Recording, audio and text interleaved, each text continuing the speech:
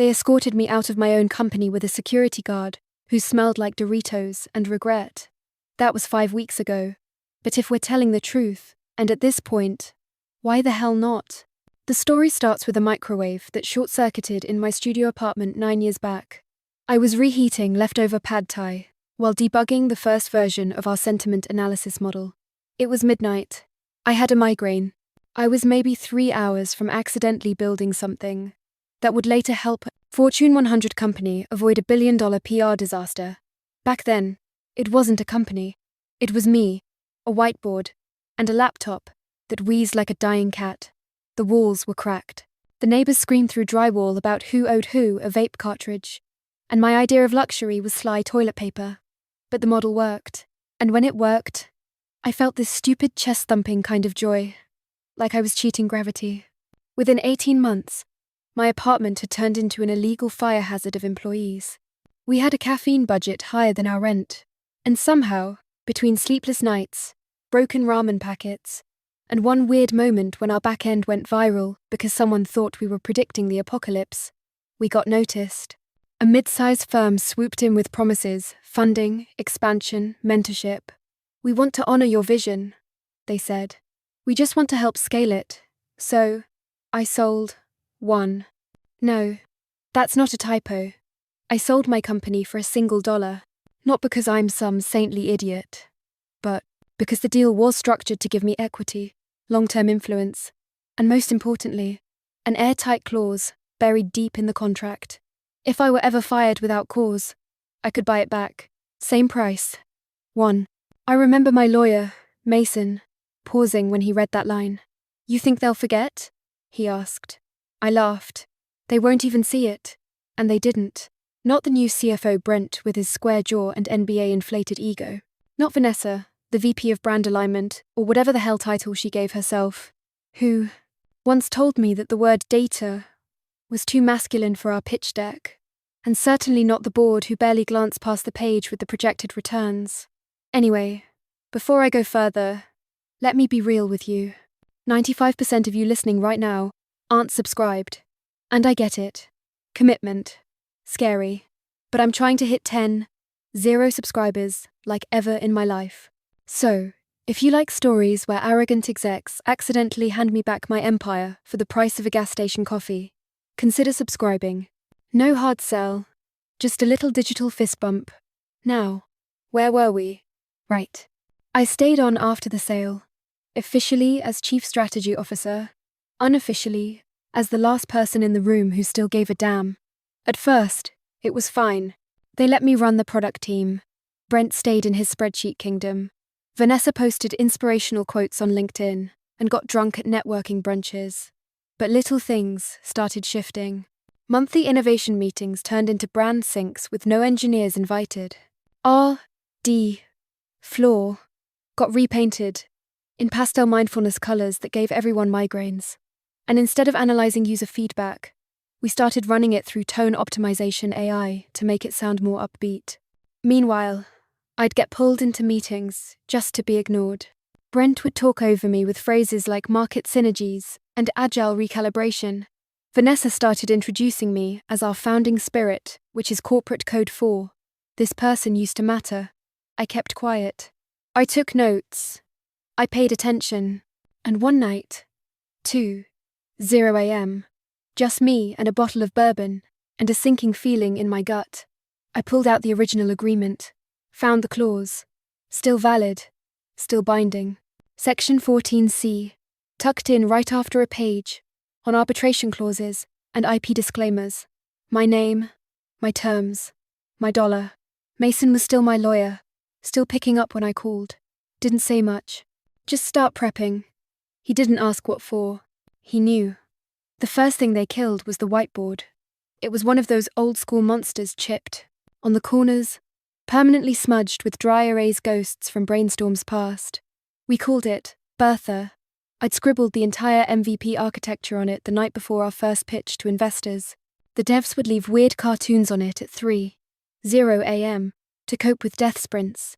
That board held blood, sweat, and a disturbing amount of off-brand coffee stains.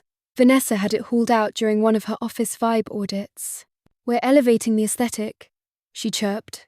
Bertha gives off founder trauma. Founder trauma. That was week 1. By week 4, the weekly product jam had been rebranded as a brand alignment touchpoint. No engineers, no data scientists, just marketing folks, talking about how our user analytics platform should evoke trust vibes instead of triggering anxiety loops with aggressive metric transparency. Grant nodded sagely during those meetings, which was rich coming from a man who once said, "Why do we even need a UX team? Can't we just copy Shopify?" The vibe shift was slow, but it scratched at me like fiberglass under the skin. Clients who used to call me directly started looping in the new contacts. Mid-level managers trained in ignoring real issues and thanking you for your patience. Our best data lead, Asha, cornered me in the parking garage one night. "I'm getting offers," she said, whispering like the walls had ears. "Real offers. Double what I make here. What's happening upstairs?" I didn't lie. I said, "I don't know, but I'm watching." And I was closely. Engineering floor went from a vibrant chaos of posted storms and late-night burritos to a graveyard of empty desks and recycled buzzwords. They slashed the NLP research budget by 70% to fund a rebrand campaign that featured a beach ball mascot named Trusty for an AI analytics company. I almost threw my keyboard through a window. They started letting go of redundant roles, which is corporate for anyone not drinking the Kool-Aid. Tried to raise concerns. Brent smiled, like he was posing for a toothpaste ad, and told me, "You're emotionally attached. That clouds strategic clarity." Vanessa chimed in. "We need to think like a rocket ship, not a museum." She said that with a straight face, while wearing a 900 jumpsuit, covered in stars. That night, I went home, poured a drink, and pulled the contract from my locked cabinet again. Reread Section 14C. Slowly, carefully. The executive is terminated without cause. She may exercise her right to repurchase the asset, as defined in Exhibit A, at the original consideration. Amount within 30 days of notice, provided that I didn't finish the sentence. I didn't need to. The clause was still there, still legal, still binding. Mason texted me the next morning without prompting. "Still want me watching their filings?" I replied with a thumbs up. Then I printed the clause again, folded it, tucked it into the inside flap of my work laptop sleeve. Not because I was going to use it yet, but because something in my gut, something ancient and feral, was starting to whisper. They were going to push me. And when they did, they wouldn't see it coming. It happened in Q2 review. What should have been a routine numbers meeting turned into a live execution. The boardroom was freezing. The kind of expensive cold that says we pay too much for AC because we can. I was flipping through the monthly performance deck when Brent cut me off mid-sentence. "Let's pivot," he said, smirking like he practiced it. "Vanessa's got a deck that really captures our evolved brand identity." I blinked. "We're discussing product retention across sectors." Why would? But he was already motioning to the assistant, who dimmed the lights like it was Broadway. Vanessa clicked her Bluetooth remote. With theatrical flair, up came a slide titled, "From Sentiment to Synergy, the Next Chapter." And there it was. Our analytics dashboard, the one I'd built in my damn apartment, turned into a TikTok-coloured carousel of emojis, gradients, and a smiling cartoon named Trusty, now wearing sunglasses. Vanessa beaming. "We're shifting tone. No, more data overwhelm. Customers want comfort, simplicity, friendly vibes. Think Duolingo meets Oprah." I laughed. Couldn't help it. One loud bark of disbelief. Brent didn't. "You find this funny?" "No. I find it tragic." Silence. Vanessa gave that brittle PR smile she wears when she's about to bite your neck. "We appreciate your passion, but let's not cling to founder sentimentality. That era as well, it's charming, but we're scaling now. Founder sentimentality." I repeated slowly like I was tasting a rotten strawberry. Brent turned to the board. "Frankly, need to ask if her role is still aligned with where we're heading. Vision is valuable, but alignment is vital. And we've hit a friction point." He floated it casually, like discussing a logo redesign. I felt it in my gut. Everyone did. A line had been crossed. No decision was made that day. No one stood up and said, "You're out." But the words had been said. The suggestion was in the air like the scent of ozone before a lightning strike. I closed my laptop, sat back, and argued. That night, I drove home in silence. Not angry, not even sad, just cold, detached.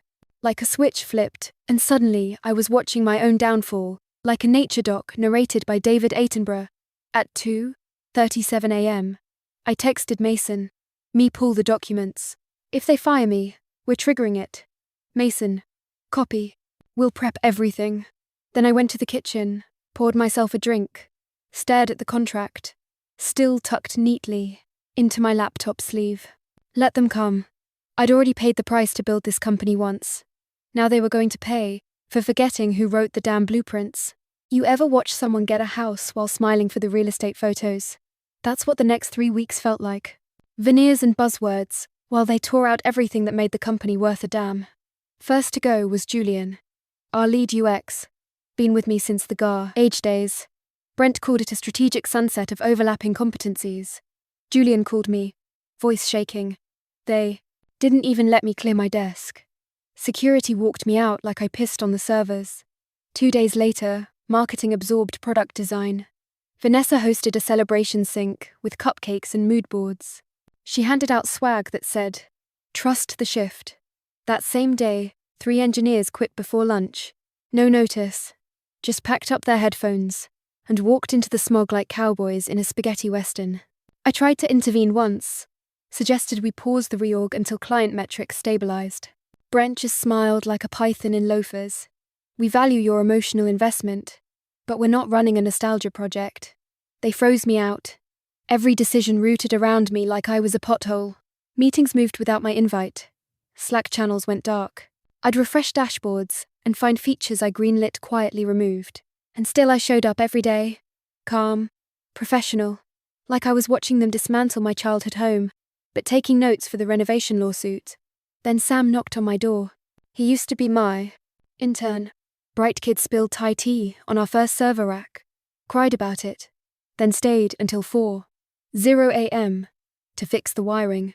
Now he was product lead for the mobile team, the last original hire standing.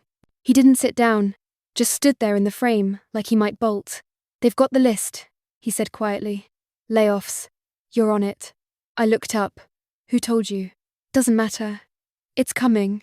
They want you out before next quarter, so they can show post-founder independence in the next investor update."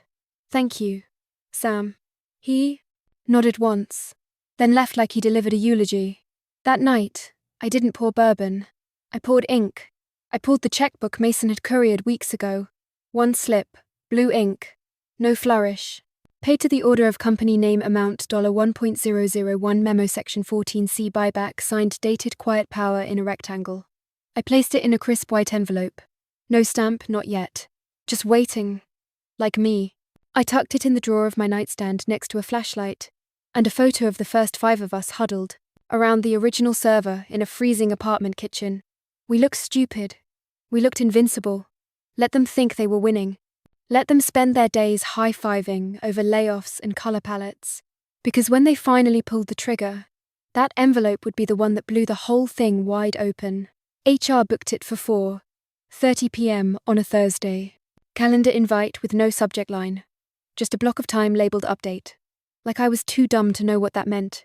The hallway to the HR suite smelled like someone had panic sprayed Frez over a dumpster fire. I walked in wearing my best blazer. No makeup, hair tied back, expression set to unbothered librarian watching your soul rot. The conference room was already staged.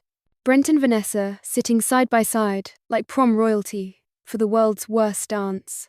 The HR rep, Rebecca, was perched at the edge of her chair, clutching a manila folder, like it had a live snake inside. Brent spoke first, oozing for sympathie. "We've appreciated everything you've built here truly, but we feel it's time to move in a different direction." "Different direction. Corporate euthanasia," Vanessa chimed in, with her usual chirpy spin. "This doesn't diminish your legacy. Think of it as a new chapter. For everyone." He smiled like she just euthanized a golden retriever and wanted credit for petting it first. They slid over the termination paperwork with the efficiency of seasoned executioners. Severance package, insulting. NDA clause toothless. A pre-written statement for my public. Facing transition. If I chose to post on LinkedIn. They even included hashtags. I didn't speak, didn't blink, just flipped through the pages, like I was checking my grocery list. Becca cleared her throat. We'll need your badge and laptop before you leave the floor. Of course, they didn't even let me return to my office. Security met me outside the room, like I was a risk to national security, or worse, the company slack. He escorted me to the elevator. Big guy didn't say a word. I handed over my laptop, badge, and access fob. He nodded, stepped back, and pressed the button. As the elevator doors slid shut, I caught one last glimpse of Vanessa through the glass wall, already laughing at something Brent whispered. I didn't punch a wall, didn't scream, didn't cry. I went home. I made tea. I opened the drawer. Envelope. Check. Clause. The next morning, Mason slid the package into a FedEx envelope with hands that didn't shake.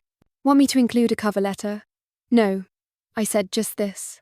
The letter was 4 lines. 1 line was all that mattered. I am exercising my right under Section 14C. The check is enclosed. Mason sealed it, slapped on the label, and dropped it in the outgoing bin. By the time they'd finished their morning lattes, the package was already en route. My hands were steady. My breath was even. They thought they'd erased me with a calendar invite, but what they'd actually done was sell me back my company for exactly 1. They got the envelope on a Monday. Imagine Brent skimmed the first line and smirked. She's trying to scare us, he probably said, feet kicked up on his desk, like a man too dumb to know he's already bleeding. Vanessa likely laughed out loud, something nasal and forced, and called it founder drama. I wasn't there, but I know those two well enough to write the script. They waited a day before even forwarding it to legal on Tuesday morning. Legal, not a junior paralegal either. General counsel, a woman named Marion who speaks in clipped syllables like every word is a billing item. Have you read this clause? She asked. We skimmed. You need to read it. Section 14C. It's enforceable. Brent laughed. There's no way it holds. That agreement's years old. It's enforceable, Marion repeated. There's no expiration language. And more importantly, she paused. I would have paid real money to see Brent's face at this part. Her team never completed the legal merger. The startup was never fully absorbed. The entity is still alive in Delaware. She owns the controlling share. Silence. She doesn't want control, Brent said eventually. She wants to make a point. A scene. No. Marion said she made a point. Now she's reclaiming the asset. And you gave her the key when you fired her, without cause. By Wednesday, the buzz began. Mason had waited exactly 72 hours, tipped off a few key former clients. Not publicly, just a few discreet, pointed messages. Just a heads up. I'll be operating independently again soon. Same tools, same team if they want in. Better. Leadership. My phone lit up like Christmas. First it was Daniel from Medcope. Heard a rumor. You coming back online? Then Joya, our very first enterprise client. You know we'll follow you, right? We only stayed because you were still there. Even Asha texted, you're the queen. I'm ready to burn the old place down if you are.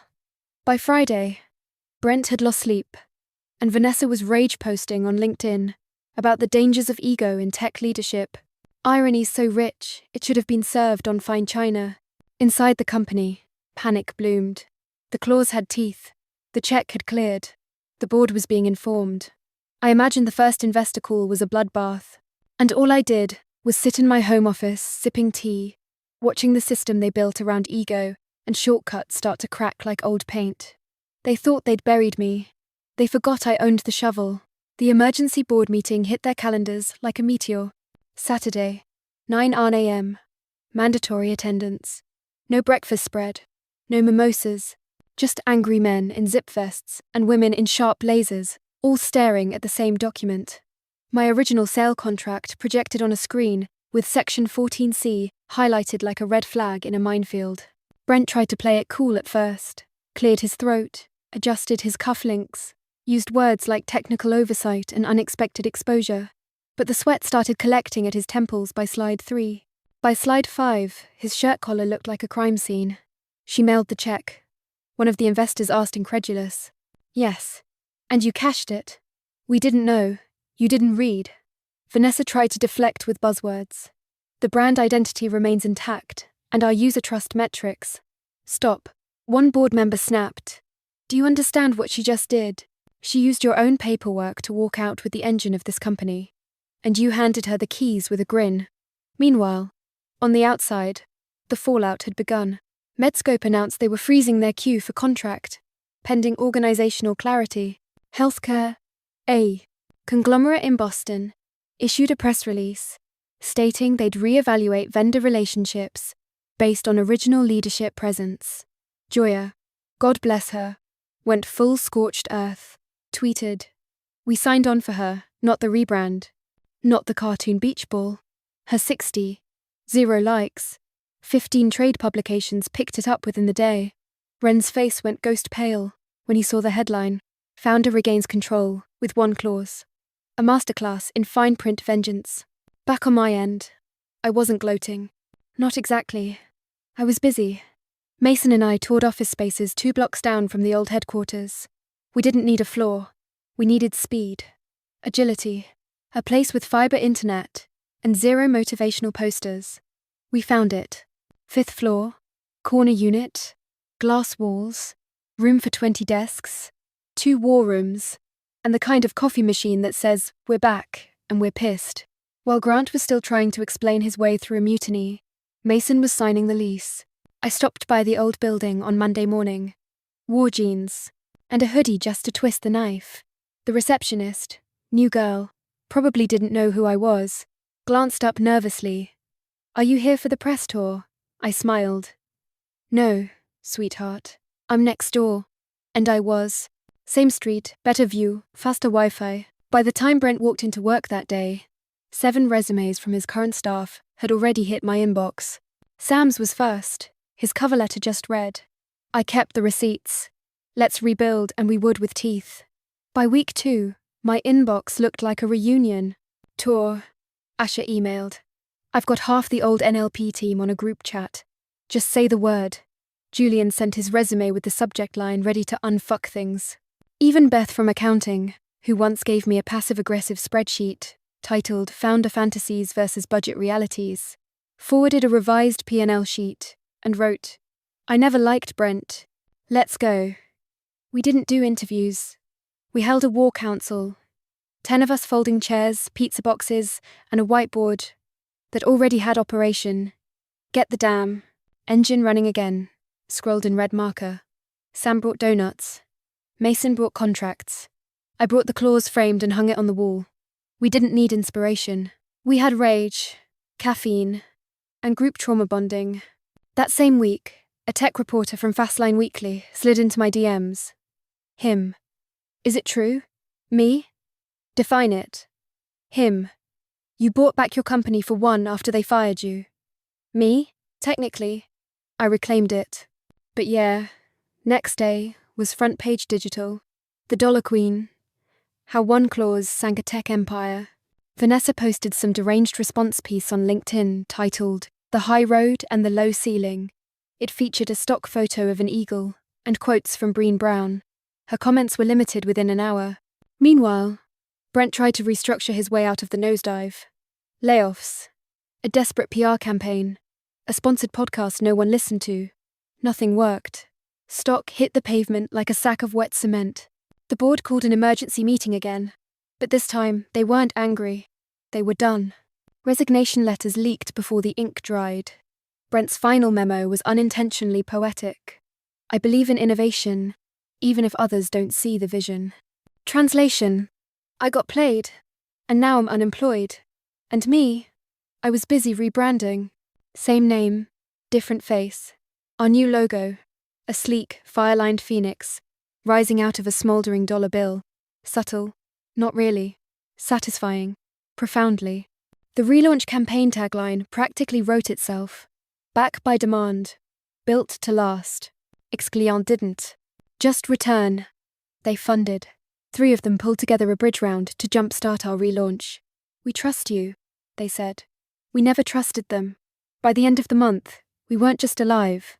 We were loud, rebuilt, reinforced, burned, and reborn in public, like a TED Talk, with fangs. And every time I walked past the old building, I'd glance up at the 5th floor where the lights were always dim now. Funny thing about arrogance, it doesn't survive impact. But humility, rage, clauses written in blue ink, they fly. They ambushed me with the keynote slot. I was supposed to be on a panel, ethical growth in post-hype markets, boring enough to bring a cactus to tears. But the night before the original headliner, VC broad visionary guru, cancelled to chase mushrooms in Bali or some such nonsense. So the conference chair called me. "We'd like to move you to the keynote," she said. "Your story is, well, let's just say people are thirsty for blood." And oh, were they. The room was a sea of lanyards and tension. Every seat filled with founders, investors, media rats, and the kind of LinkedIn influencers who write posts about failure as long as dollars. The lights dimmed. My name came up in bold white text against a black screen, the price of forgetting the fine print. I walked on stage, slow, deliberate, not smiling yet. That came later. First, I told them about the microwave, the pad thai, the cracked apartment walls, how I sold my company for $1 because I believed in the mission, how that belief got twisted by people who knew buzzwords, but not backbone. I told them about Trusty, the cartoon mascot, the layoffs, the betrayal. Then I told them about the clause. Gasps rippled, like popcorn. When I got to the part where I mailed the check, a guy in the front row whispered, "Holy shit," loud enough to make his date flinch. And then I did it, reached under the podium, pulled out a simple black frame. Inside it, a check, one signed, dated. Ink faded, just slightly from the stress of history. I held it up, slow and proud, like a sword pulled from stone. Flashbulbs went off, phones raised like a digital army. The room silent, but electric. You could hear someone's bracelet jingle in the 3rd row. Then ding. My phone tucked discreetly in my blazer pocket. I tapped the screen. Mason's name. One line of text. Final board resignation. It's done. You outlived them all. I didn't smile. I grinned. Wolfish full. The kind of grin that says I told you so, but in legally binding language. I turned back to the crowd, and I closed it out. Always read the contract. Pause twice if you think you're smarter than the woman who wrote it. Mic drop. Standing ovation. Not because I built an empire, but because I took it back.